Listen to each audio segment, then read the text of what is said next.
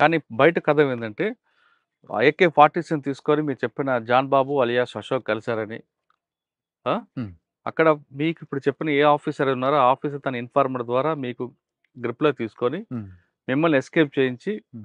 హ్మ్. అక్కడ ముగ్గురు ఎన్‌కౌంటర్ చంపి తర్వాత మిమ్మల్ని సరెండర్ చేసి అప్పుడున్న నాగేంద్ర కుమార్ ఎస్పీ గారి ముందు మిమ్మల్ని సార్ ప్రొడ్యూస్ చేశారని. ఒక్క విషయం నేను పోలీసులతోని మిలాఖాతే ఎన్‌కౌంటర్ చేస్తే నన్ను 10 సంవత్సరాలు జైలు పెట్టాల్సిన అవసరం ఏముంది?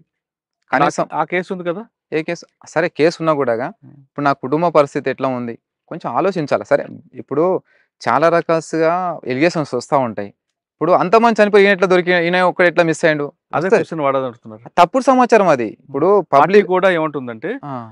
విక్రమ్ అనే వ్యక్తి కావాలని పోలీసు కోవట్టుగా మారి హ్మ్. పార్టీకి నష్టం చేకూర్చాడు. ఆ! ఇంతమంది ఇంత పెద్ద ఎన్‌కౌంటర్‌లో విక్రమ్ ఒక్కడే ఎలా బయటపడతాడు అనేది పార్టీ కూడా విక్రమ్‌కు ఆ ఒక ఎన్‌కౌంటర్ గాదు గదా! చాలా ఎన్‌కౌంటర్ తప్పించుకున్న విషయం పార్టీ కూడా తెలుసు. కానీ పార్టీకి ఇచ్చిన సమాచారం తప్పుడు సమాచారం అది. అయ్యుండొచ్చు. అని నేను నేను నేను చెప్తున్నా కదా సార్! చాలా చెప్తున్నా. పార్టీకి కొన్ని విషయాలల్ల సమాచారము కరెక్ట్‌గా పోద్ది. కొన్నిసార్లు ఏందంటే వేరే వాళ్ళ ప్రచారం, దుష్ప్రచారం తోటి సమాచారం పోద్ది. ఇదే కరెక్ట్ అనుకోని వాళ్ళు సరే స్టేట్‌మెంట్ ఇచ్చిర్రు. నేను కూడా చూసినా. హ్మ్. కానీ అది ఫాల్స్ స్టేట్‌మెంట్ అది. ఇంకోటి తప్పుడు సమాచారం అది. అది మీరన్నట్లుగా ఒకవేళ ఆ పోలీసులు కలిసుంటే మీరు కొండల్లో, గుట్టల్లో ఎందుకుంటారు? హాయిగా సిటీలో ఉండేవారు గదా! వాళ్ళిచ్చే డబ్బులు తీసుకొని. మరి నీళ్లు మాట చెప్తున్నా సార్. నేను 4 డేస్ నీళ్ళు దొరకకుంటే నా టాయిలెట్ నేను తాగిన. ఇప్పుడు ఎన్‌కౌంటర్ అయితే పోలీసోళ్ళు మరి నన్ను ఇంకా ఎక్కడనో తీసుకుపోయి అంటే సరే రాలేదు, దొరకలేదు ఇంకా అని చెప్పి ఎక్కడనో పెట్టొచ్చు కదా! 10 సంవత్సరాలు జైల్‌లో పెట్టి నా లైఫ్ అంతా ఎందుకు అంటే నేను ఎందుకు స్మాష్ చేస్తారు వాళ్ళు గూడా. తప్పుడు సమాచారం ఇప్పుడు చెప్తున్నా గదా! కొన్ని విషయాల్లో పార్టీ గూడాగా మా మిత్రులను గూడా చంపేసిన సంఘటనలున్నాయి. ఇప్పుడు ఇన్ఫార్మర్ అని జెప్పేసి పార్టీకి ఎవరైతే సహకరిస్తారో అతనే ఇన్ఫార్మర్ అని ఎవడో చెప్తే చంపేసిన వాళ్ళు చాలా మంది అట్లా పార్టీ చంపేసింది అట్లా. మరి తర్వాత తెలుసుకుంది గదా పార్టీ. ఇప్పుడు వీరయ్య సార్ ఉన్నాడిక్కడ. ఆ! వీరయ్య సార్ అని ఒక టీచర్ ఉండే. టీచర్ ఇక్కడ ఉండే మననూరు అది ఒటోళ్ళపల్లి. అతను పార్టీకి చాలా పని జేషిండాయన. పార్టీకి చాలా అంటే ఆయన కనీసం 20 సంవత్సరాలు పార్టీ కోసం పనిచేసిండు. అంటే బయట ఉండి పని చేసిండు. హ్మ్. అక్కడ సుదర్శన్ అనే ఒక జిల్లా కౌంట్ మెంబరు ఎన్‌కౌంటర్‌లో ఆయన దొరికిండు అలా ఆళ్ళ ఇంటి దగ్గర దొరికిండాయన. ఆయన తీసుకుపోయి ఎన్‌కౌంటర్ చేసిర్రు. సుదర్శన్ అన్నని. మరి దొరికింది ఎవరిది వీరయ్య సార్ ఇంటి దగ్గర దొరికిర్రు. మరి వీరయ్య సారే అంటే ఆయననే బాధ్యుడైతాడా? కాదు కదా! ఎట్లా విశ్లేషించాలి గదా! హ్మ్. ఎంక్వైరీ చేయాలి గదా! వీరయ్య సార్‌ని తీసుకుపోయి ఆయనను కూర్చోబెట్టి కొడితే ఆయన ఒక్కటే అన్నాడు. నేను 20 సంవత్సరాలు పనిచేసిన పార్టీకి ఏ రోజు ద్రోహం చేయలేదు. ఏ రోజు ఇన్ఫార్మర్ చేయలేదు. హ్మ్. అయితే ఆ ఇంటరాక్షన్ చేసింది ఎవరంటే అదర్ స్టేట్ పర్సన్ అని.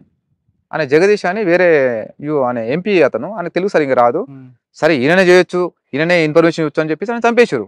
తర్వాత మాధవ్ అన్న వచ్చిండు మళ్ళా. అక్కడి నుంచి మాధవ్ అన్న వచ్చిన తర్వాత అసలు ఎంక్వైరీ చేసిన తర్వాత ఆడు మాస్ అయిన వ్యక్తి అంటే చెంచు అతను. పట్టించింది అతను. హుహు. తర్వాత మళ్ళీ అతను తీసుకుపోయి అతను చంపేసింది. మళ్ళీ ఈ వీరయ్య సార్ కుటుంబ సభ్యులకు మా తప్పయింది. మాది క్షమాపణ మళ్ళీ క్షమాపణ కోరిర్రు. మా తప్పయింది. క్షమాపణ కోరితే కదా! ఆ కుటుంబానికి నష్టం. ఆ! అదే గదా! అంటే పార్టీ కొన్ని మిస్టేక్‌లు పార్టీ కూడా చేస్తది. అంటే పార్టీని మొత్తం అనొద్దు. కాకపోతే అక్కడ నాయకత్వం ఎవరైతే ఉంటారో వాళ్ళు కొంచెం అవగాహన లేకపోవడము, లేదంటే వాళ్ళు కొంచెం విశ్లేషించకపోవడము తప్పులు జరుగుతాయి. ఇట్లాంటివి. నా విషయంలో గూడా అదే. ఇప్పుడు విక్రమ్ ఎన్‌కౌంటర్ చేసిండనేది ఎవరు దుష్ప్రచారం చేయొచ్చు. అదే కరెక్ట్ అని పార్టీ స్టేట్‌మెంట్ ఇవ్వచ్చు గానీ, నేను చంపితే 10 సంవత్సరాలు జైల్‌లో ఉండాల్సిన అవసరం లేదు. కనీసం ఉండటానికి ఇల్లు గూడా లేదు నాకు. కనీసం అవునబ్బా గవర్నమెంట్ నాకేమైనా ఇచ్చిందంటే అది గూడా లేదు గదా! అవును. నాకు ఇల్లు లేక నేను వేరే వాళ్ళ ఇంట్లో ఉంటున్నా ప్రస్తుతానికి. అంటే మరి మరిప్పుడు ఎన్‌కౌంటర్ చేస్తే నాకు పోలీసులు డబ్బులిస్తారు. తర్వాత నా కుటుంబం సరే నేనంటే జైల్‌లో ఉంటే నా కుటుంబ సభ్యుల కన్నా ఆర్థికంగా సాయం చేస్తది గదా! అవును. అది గూడా లేదు గదా! నాకున్నది 2 ఎకరాల భూమి. దాని మీద నా ఆధారం. కనీసం ఉండడానికి ఇల్లు లేక నేను వేరే పక్క ఊర్లో ఉంటున్నా. తప్పు అది. నేనే ఎన్‌కౌంటర్ చేశాననేది మాత్రం తప్పది. ఇప్పుడు బెయిల్ మీద బయటకొచ్చారు. అవును సార్. ఇప్పుడు మీరు ఏం చేయబోతున్నారు నెక్స్ట్? అంటే మీ కుటుంబం ఎలా ముందుకు తీసుకెళ్తారు? నా ఆలోచన, నా ప్రణాళిక అంటే ఇప్పుడు ఉన్న జీవితాన్ని సక్రమంగా నడుపుకోవాలి. నడుపుకోవాలి. అమ్మ వృద్ధురాలు. ఆమెకు ఆమెను జూసుకోవాలి. ఇగ నాకు మా బాబు ఉన్నాడు. బాబుని చూసుకొని ఉన్న 2 ఎకరాల పొలం చేసుకుంటూ నా బతికే నేను బతకాలనుకుంటున్నా. మీకు చాలా మంది బయటకొచ్చిన తర్వాత నయీంలా కొంతమంది దారి తప్పుతుంటారు. తప్పుతుంటారు గదా! మీకు అటువంటోళ్ళు ఎప్పుడైనా ఎదురుపడ్డారా? నాకు అట్లా ఎదురు పడ్డారు గానీ నేను అట్లాంటిది ఎన్నుకోను నేను. హ్మ్. ఎన్నుకోను. మరి విక్రమ్ ఎప్పుడు ఆ విధంగా చేద్దామని ప్రయత్నించారా? లేదు లేదు. నాకు ఆలోచన రాదు. నయీం గ్యాంగ్‌లో తిరగాలి, నయీంలాగా తయారు కావాలని. ఎందుకంటే నయీం ఒక కరుడు గట్టిన ఒక ఉగ్రవాది కంటే అది ప్రమాదకరమైన వ్యక్తి అతను. ఎందుకంటే పార్టీలో కొంతకాలం పనిచేసి బయటికి పోయిండు. తర్వాత అప్పుడు ఉన్న గవర్నమెంట్ అతన్ని ఆ రకంగా మలుచుకొని అతన్ని పార్టీకి వ్యతిరేకంగా తయారు చేసింది. పార్టీని పెద్ద నష్టం చేసిండు. తర్వాత గవర్నమెంట్ అతన్ని ఎన్‌కౌంటర్ చేసింది. మీకెప్పుడైనా ఎదురుపడ్డాడా నయీం? ఎదురుపడ్డాడంటే ఇప్పుడు మా కోసం తిరిగేవాడు. మేము ఆయన కోసం తిరిగేటోళ్ళం చంపాలని. హ్మ్.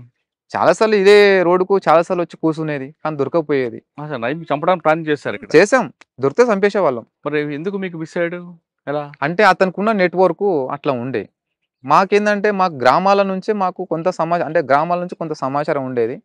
కానీ పర్టిక్యులర్‌గా అనేది మాకు సమాచారం లేకపోవడం వల్ల అతన్ని మేము కొట్టలేకపోయినాం. కరెక్ట్‌గా మాకు సమాచారం ఉంటే కొట్టేస్తుండే. ఎప్పుడు ఒక సంఘటన చెప్పండి. ఆయన వస్తాడని వెయిట్ చేసాం. ఇక్కడ ఒటోలపల్లె ఉంది గదా! హ్మ్. ఒటోలపల్లె అనే అంటే 1 మంత్‌కి ఒకసారి అక్కడికి వస్తాడు. అతనికి సంబంధించిన మనుషులను అక్కడ పిలిపించుకొని అక్కడ మాట్లాడతాడన్నమాట. అట్లా మేము ప్లాటూన్ ఎళ్ళినాము. కానీ 2 డేస్ మేము ఆయన కోసం సాంబశివుడు గూడా ఉన్నాడప్పుడు. మేము టీమ్ ఎళ్లి అక్కడ అంబుష్ జేసినాం అతని కోసం. అక్కడ వచ్చి అక్కడ వెహికల్స్ ఎక్కడ ఆగుతది ఏందని చూస్తే రాలేదు ఆ టైంలో. దొరకలే. దొరికితే కొట్టేసేవాళ్ళం. మొత్తం మీ సర్వీస్‌లో, పార్టీలో ఉన్న టైంలో హ్మ్. మీకు బాగా నచ్చిన పోలీస్ ఆఫీసర్ చెప్పండి? ఇబ్బంది పెట్టే ఆఫీసర్ ఎవరు? మిమ్మల్ని అర్థం చేసుకొని మీకు ఆదరించే ఆఫీసర్ ఎవరు? సార్ నాకు తెలిసిన ఆఫీసర్‌లలో అంటే నాకు హెల్ప్ చేసిన ఆఫీసర్ సార్. సరే పోలీసులు అనంగానే అందరూ శత్రువులైతే అవును. కాదు. అందరూ అందులో మంచోళ్ళే. మంచి వాళ్ళుంటారు. కొంత వాళ్ళకి నచ్చినట్టుగా వాళ్ళ మాన్యువల్ ప్రకారం పోవాలనుకునే వాళ్ళుంటారు. కొందరేమో ఉదారవాదం అవును. అందరూ గూడా అట్లా ఉండరు. హ్మ్. ఎందుకని అలాగా సార్ నేను జైల్‌లో ఉన్నప్పుడు చెల్లపల్లి జైల్‌లో నేను లైవ్ బడి నేను ఉన్నా. దగ్గర దగ్గర 7, 8 సంవత్సరాల తర్వాత 8 సంవత్సరాల తర్వాత అసలు నా భార్య పిల్లలు గాని, మా అమ్మ గాని కనీసం బతకలేని పరిస్థితి. అసలు వాళ్ళకు ఎలాంటి మానసికంగా ధైర్యం ఇచ్చేవాళ్ళు గూడా లేరు ఆ టైంలో. కానీ నేను జైలు నుంచి పెరోల్ పేపర్‌లు పెట్టుకున్నా సార్. అదే నాగర్ కర్నూల్ ఎస్పీ ఆయన పేరు మనోహర్ సార్ సార్. ఎవరు? మనోహర్ సార్. ఆ! అతనికి నేను చెప్తున్నా గదా! చాలా చాలా థాంక్స్ చెప్తున్నా సార్‌కు. అతనెవరో నాకు తెలుసు. నేనెవరో సార్‌కి తెలుసు. కానీ ఎప్పుడు మేము ఫేస్ టు ఫేస్ మాట్లాడుకుంది లేదు. విక్రమ్ అంటే సార్‌కి తెలుసు. సరే మనోహర్ సార్ అంటే నాకు తెలుసు. కానీ ఏ రోజు మేము వ్యక్తిగతంగా ఎదురుపడి మాట్లాడుకుంది లేదు. అదే విషయం ఏందంటే మా కుటుంబ సభ్యులు పిఎస్‌కు పేపర్‌లు పెడితే వీళ్ళు చేయనన్నారు పోలీసోళ్ళు. SI, CI చేయనన్నారు. ఉంటారు గదా! ఊర్లో కొంచెం ఒకరిద్దరు చోటబోటే చిన్న చిన్న లీడర్‌లుంటారు గదా! మనమంటే అంటే పార్టీ అంటే పడని వాళ్ళుంటారు గదా! హ్మ్. ప్రజా వ్యతిరేకులు. వాళ్ళు సార్ వస్తే మళ్ళీ ఉండడు, మళ్ళా ఎళ్ళిపోతాడు అని వాళ్ళకి కూడా తప్పుడు సమాచారం ఇచ్చిండు. హ్మ్. సరే నా కోసం మా అమ్మ చాలా కష్టపడ్డది. మళ్ళీ నేను చెప్పిన అమ్మ ఎస్పీ దగ్గరికి పొమ్మని చెప్పిన. ఆ అమ్మ ఎస్పీ దగ్గరికి పోయింది. పోయిన తర్వాత అడిగింది. ఇగ నేను ఉండి చాలా ఆలోచించిండు ఆయన గూడాగా. ఇగ ఆలోచించి ఎస్ఐకి ఫోన్ చేసి చెప్పిండంట సీఐకి. ఉండి పేపర్లు చేయండి అతనివి విక్రమ్ అంటే, లేదు సార్ ఆయన బయటకొస్తే ఎళ్ళిపోతాడు సార్ అట్లా ఇట్లా అంటే, అరే ఎంతో మంది లొంగిపోయి ఎవరి బతుకులు వాళ్ళు బతుకుతున్నారు గదా! ఆయనే లాస్ట్ ఒక్కడు దొరికిండు గాబట్టి ఆయన మొత్తం బలి జేసిర్రు.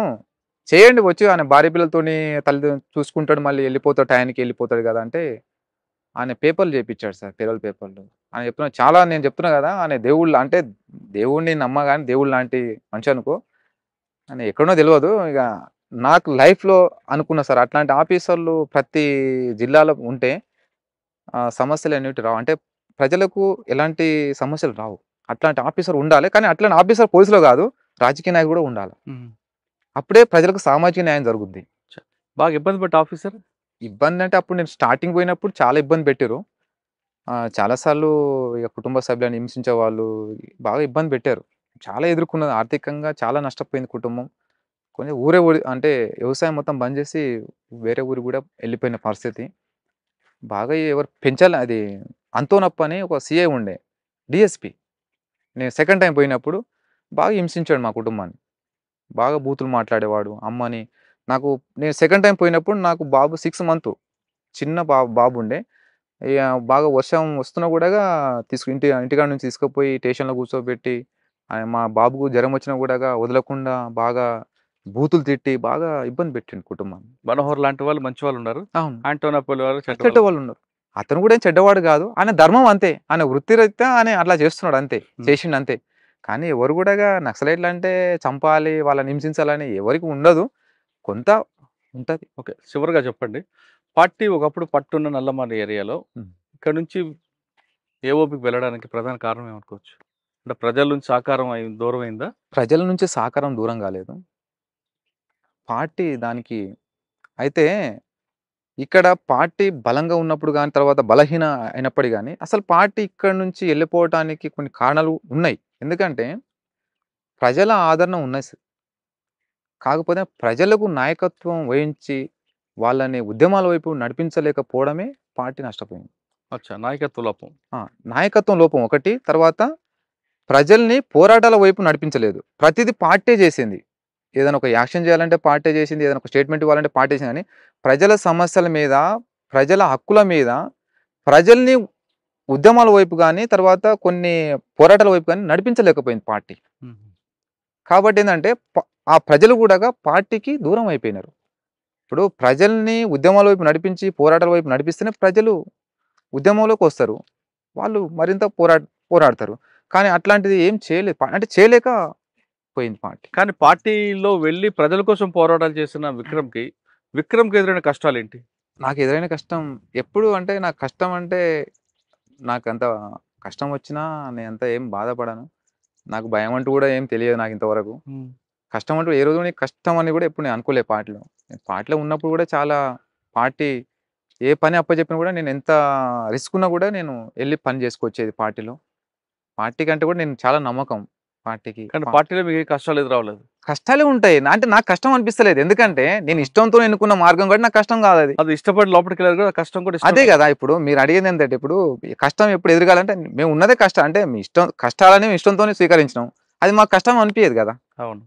అది మాకు ఎంత పెద్ద కష్టం ఉన్నా అది మాకు తక్కువనే అది. హ్మ్. ఎందుకంటే అది మేము ఎన్నుకున్న మార్గం అట్లాంటిది కాబట్టి అది సహజమే.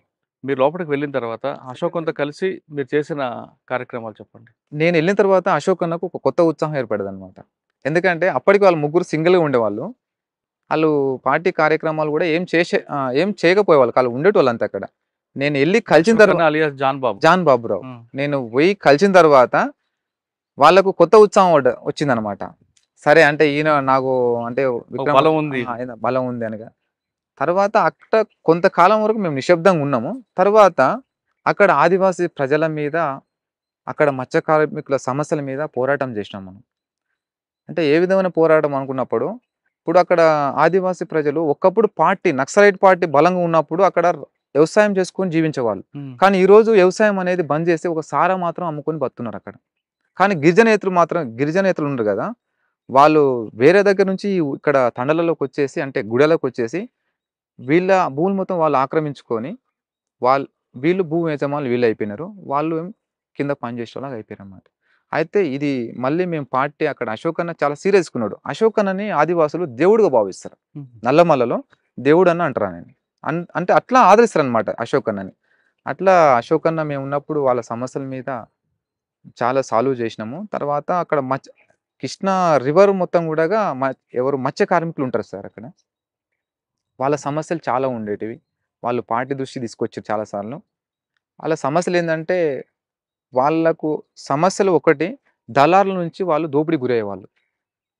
ఓకే. ఆ! హ్మ్. అయితే ఆ దోపిడి నుంచి వాళ్ళకు మేము విముక్తి కల్పించారు. విముక్తి కల్పించాం.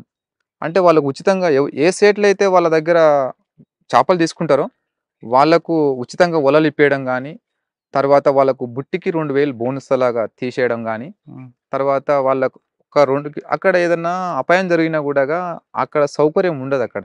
బోట్‌లు ఉండవక్కడ. 2 డేస్‌కోసారి వచ్చి బోట్‌లో వచ్చి చేపలేసుకొని పోతారనమాట. కాబట్టి ఏందంటే 2 కిలోమీటర్ల దూరంలో ఒక బోటు ప్రత్యేకంగా పెట్టాలి. అంటే అక్కడ ప్రజలకు ఏదైనా హాని జరిగినా, అక్కడ గర్భిణులకి ఎలాంటి ప్రాబ్లమ్స్ వచ్చినా గూడాగా ఆ బోటు వాళ్ళ కోసం సెపరేట్‌గా ఏదైనా అపాయం జరిగితే అంటే అచ్చా! అంబులెన్స్ లాగా. అంబులెన్స్ లాగా అట్లా సాల్వ్ జేసి వాళ్ళకు న్యాయం చేశాము.